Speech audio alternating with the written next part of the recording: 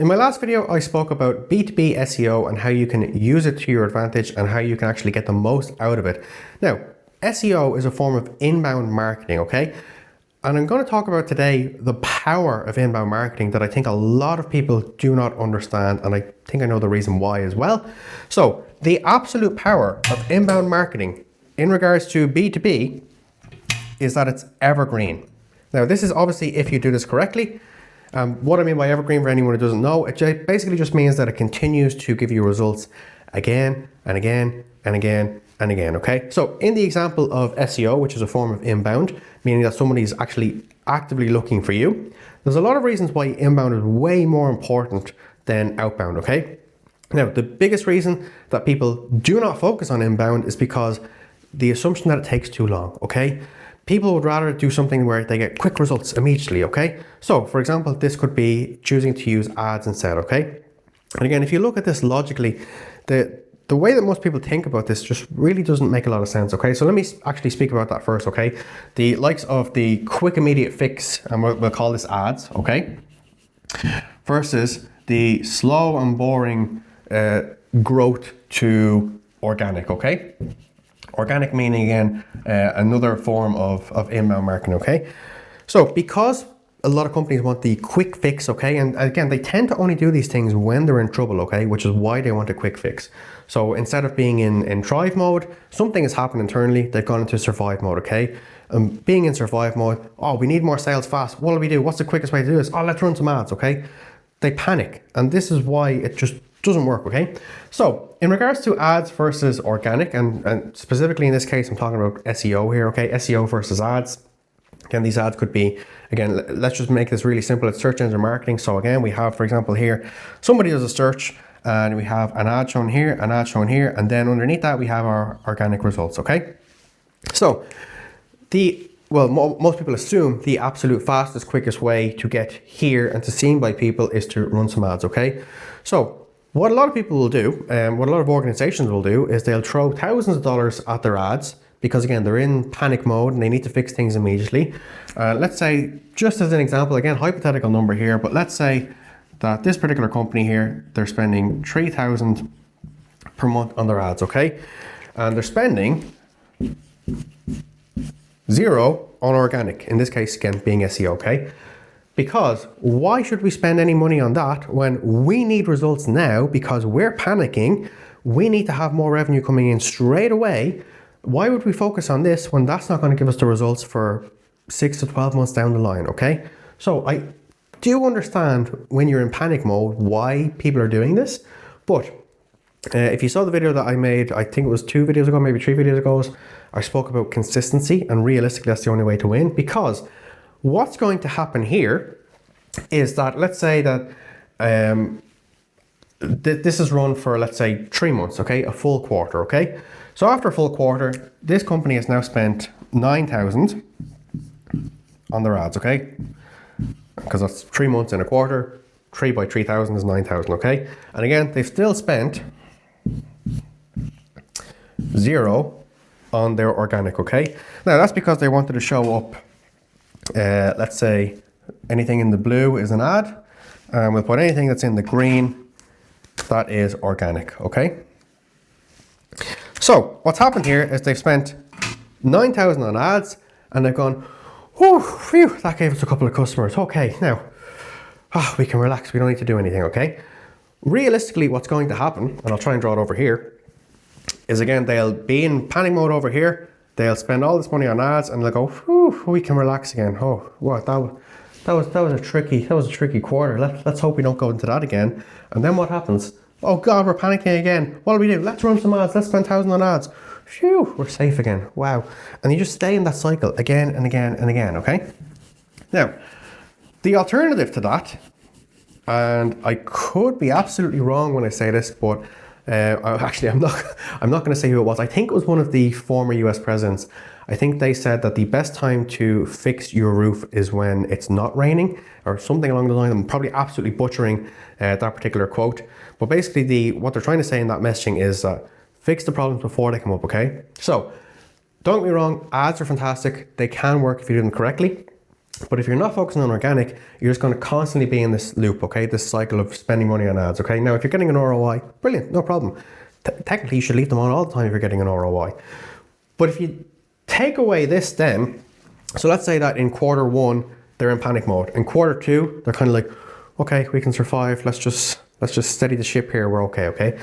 In that case, now what they're doing is they're spending nothing on ads, okay? So again, let's just take this away down here. So now for quarter two, they're spending nothing here, but they're also spending nothing here. Because they've turned the ads off, they are now not showing up here. They're absolutely invisible, okay? Because their method for getting people in was to pay to show up. So now they're invisible. Nobody knows in Q2 that they exist anymore, which is why the cycle happens again when they get into Q3 going, why was Q2 not as good as Q1? Oh, why is nobody buying from us? Crap, let's spend a load of money on ads again. That's why this cycle happens, okay? If you focus on organic, okay? Now again, don't get me wrong, you should do both if both are going to bring you in revenue, okay? Like, why would you turn that off if it's going to give you an ROI? But if you focus on this as well, okay? Even if you alternate, you go from 3,000 here in this quarter, or sorry, 9,000 this quarter, then to 9,000 this quarter. The absolute beautiful thing about organic is that it is evergreen, okay? So if you've done your organic correctly, and let's say that, again, to do it right, well, personally, I don't think you'd actually need 3,000 per month, but let's say that you do. Let's say you're in a very, very competitive space, okay? And let's say that for organic, you do 3,000 per month, okay? Now, realistically, what you should be doing with a budget of around 3,000 per month is you should be optimizing kind of 1 to 2 pages, okay? Because again, if you saw my last video when I talked about B2B SEO, Google specifically looks at individual pages of a URL. They don't rank websites as a whole, okay? It's website or it's URLs, individual pages that's on a website is what Google cares about, okay? So if you've done this correctly, and by the way, you should probably note as well, probably should have said this earlier, the statistics are that 33% of people will click on the ads and 66% of people will click on the organic results, okay? There's 2/3 of people go past the ads because they don't want to see ads. Just some people just don't want to. Some people don't know these are ads and they click on them regardless, okay? Everybody's different, okay? But the statistics are, and again, let's assume that there's no AI overview here. There's no other things that are on the search page, okay? Just a very simple explanation here, a very simple example. If it is just a case of you've got these things here, 33% of people typically tend to click an ad, 66% of people tend to click organic, okay? So not only by investing in organic are you getting twice the amount of clicks, but again, let's say that after you've optimized a page, again, for this example, let's just call it one page, okay? And let's say you've done it so well that you're actually ranking here, number 1, okay? So you are number 1. Now, what happens after you turn off that budget? So again, let's say that in the next quarter, this is absolutely turned off and we're back to 0 here, but also we're still on 0 for ads. So now we're not spending anything, but the work that you've put in before, getting the organic stuff right on the page that you're trying to rank successfully in Google, it's now at number 1. And even though you're not paying anything else, it's still at number 1. So that was a case of, I'm kind of running out of space here, but let me just try and keep it over there. Yep. So Q1 was panic and ads. Q2 was nothing. Q3 was organic SEO. Where are we with Q4? So let's say that it is ads, nothing. Then we focused on, I'm just going to put O for organic, meaning in this case, in this example, SEO. And then again, we're spending nothing down here because, again, we haven't focused on anything, nothing. But what's happened here is that, let's say, again, purely hypothetical, because you ran the ads, you get 3 new customers. Then because nothing was happening, nobody knows who you are then, because you've no ads, you've no organic in Q2, you don't get anybody, okay? Now, let's say that in Q3, because you're starting with organic and because it takes time to grow, and which is the biggest reason people don't want to do this, because they want overnight results. But again, trust me, if you just put in the work and let it grow over time, like time's going to pass regardless. So why would you not do that, okay? So again, let's just say because this is brand new, you get 1, okay? 1 is better than none. And because in Q4, You haven't invested into anything. You're not investing into ads. You're not investing in organic, but you've done such good work here that you're getting 3 again, okay? So you paid for 3 people up here, and you're after actually getting 4 people here between Q3 and Q4 that you essentially, let's say, didn't pay for, okay? Well, let's assume that you paid for that person there with the 3,000 initial investment, but because you didn't invest anything afterwards, that means that these people were free, okay? Now look, there's loads of different ways you can look at that. You can say, well, actually we should break down the 3,000 and we should divide it by 4 now. Look, whatever way you want to do it, it's up to you, okay? But the point here is then, once we go into Q1 of the next year, what have we got then? Again, let's say we don't invest in anything. We're just relying on the organic that we already did. And let's say it now brings in 4, okay? So by optimizing that one particular page, we have 4 people and another 4, we've got 8 people there versus the 3 from up here, okay?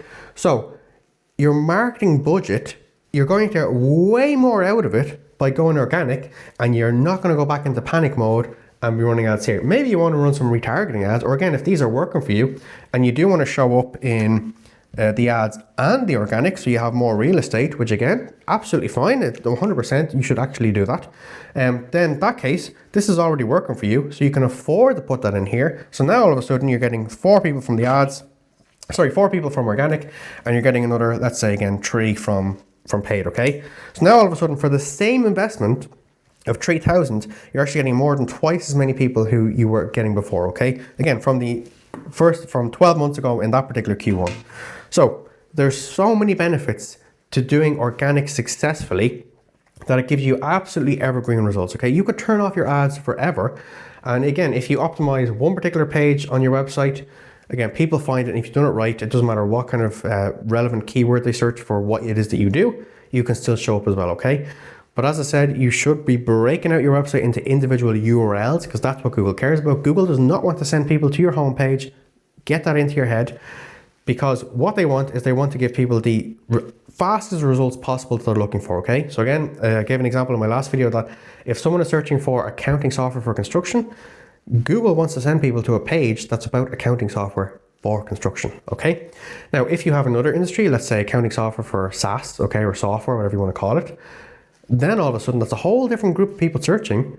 But if you don't have a page about that, like for example, if someone searches accounting software or B2B SaaS, even if you can offer that to a B2B SaaS company, they are not going to be shown your B2 or your accounting software for construction page, because Google that's not what they're looking for. So Google's not going to send them there.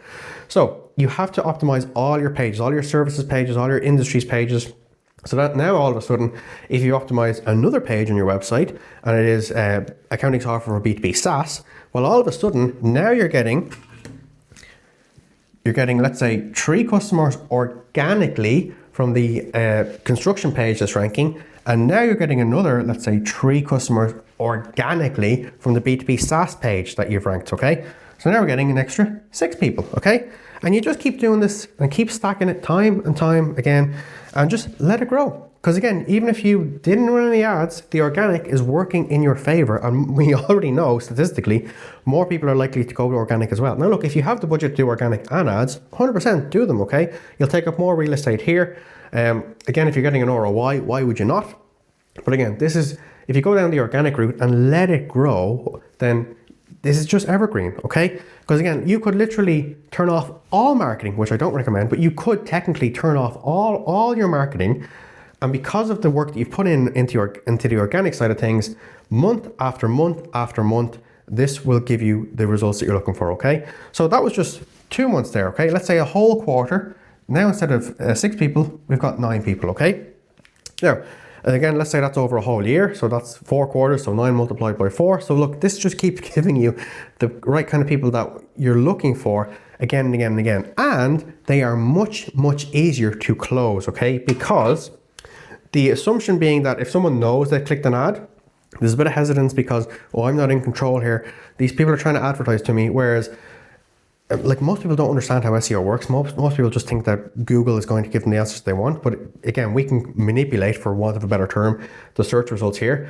So these people are under the impression that they're in control, that they clicked on your website and they want your help, okay? So because they're the ones who seeked you out and they're in control, trust me, they're so much easier to close as well, okay? Other than throwing an ad in front of somebody, even though it's relevant, there's that, oh, well, that's an ad, or I may not be in control here. Again, not everybody thinks that way, but again, psychologically, some people do.